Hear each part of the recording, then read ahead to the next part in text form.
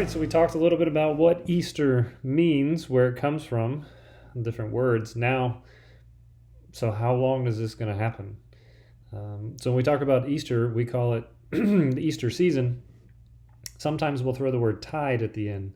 So like Christmas tide, the days of Christmas that we celebrate. There's also an Easter tide. For us, Easter really is it's like they call it the Great Sunday. It's one big Sunday that lasts for 50 days. So the sections of it, in the very beginning, you have the first 8 days. So you have, it starts at the Easter Vigil, and we'll probably have a separate one on Easter liturgy, where we'll talk about that for a few minutes. But the Easter Vigil starts it, and then you have Easter Sunday, and then that begins what we call an octave. And so the octave is basically the 8 days following. I found this little clip. So there's this book called Egeria, which is about basically this 4th century Spanish noble lady who takes a pilgrimage, and she chronicles it as she goes along about what's going on, what she's seeing. So you can see how Christianity was celebrated in the 50 to 75 years after its legalization in the Holy Land. So it's pretty cool if you can ever pick it up and read it. So she says, when it is Easter week, during the 8 days from Easter Sunday to its octave, as soon as the dismissal has been given from the church, everyone singing hymns goes to the Anastasis. Blah, blah, blah. Anastasis, basically, that's the place where Jesus Christ resurrected. So even from the very beginning of their celebrations publicly there was this 8 days, this octave, where it was like super party zone. So huge solemnity of solemnities, like the Feast of Feasts there at the Easter Vigil, and then 8 days of doing that, making it one big Sunday. And that is spread out those Sundays throughout those 50 days. So you have the octave.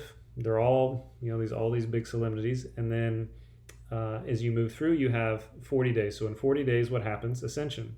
So Ascension on the 40th day happens. And in places where it gets kind of confusing in the U.S. because we've adopted recently some different rules, but normally on the 40th day, you have your Ascension, which normally would be like on Thursday, Ascension Thursday. As you move through the decades after Vatican II, basically in the U.S., what we've allowed is it can be attached to the closest Sunday, which is normally the 7th Sunday of Easter. So we just celebrate it on that Sunday. They're the 7th Sunday of Easter, especially here in our diocese. And then 10 days after Ascension is Pentecost.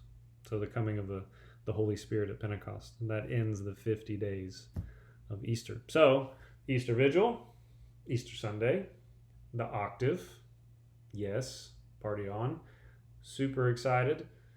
Then we have, after those 8 days, we have the 40 days into the Ascension, and then 10 days later, we have Pentecost. So those 50 days encompass what is Eastertide, or the Easter season, for us as Catholic Christians. And the East would resemble that in many ways as well. So that is the Easter season in a nutshell. So celebrate. What is celebrate? It means the joy that we have in realizing that we have something where we're headed to that no one can take away from us, only ourselves denying who Jesus Christ is and who he calls us to be. So celebrate that. Be excited. That should bring forth a celebration that you want to take and be joyful with your families and friends, which is what the church calls us to do in this time. So enjoy it. We'll see you here tomorrow.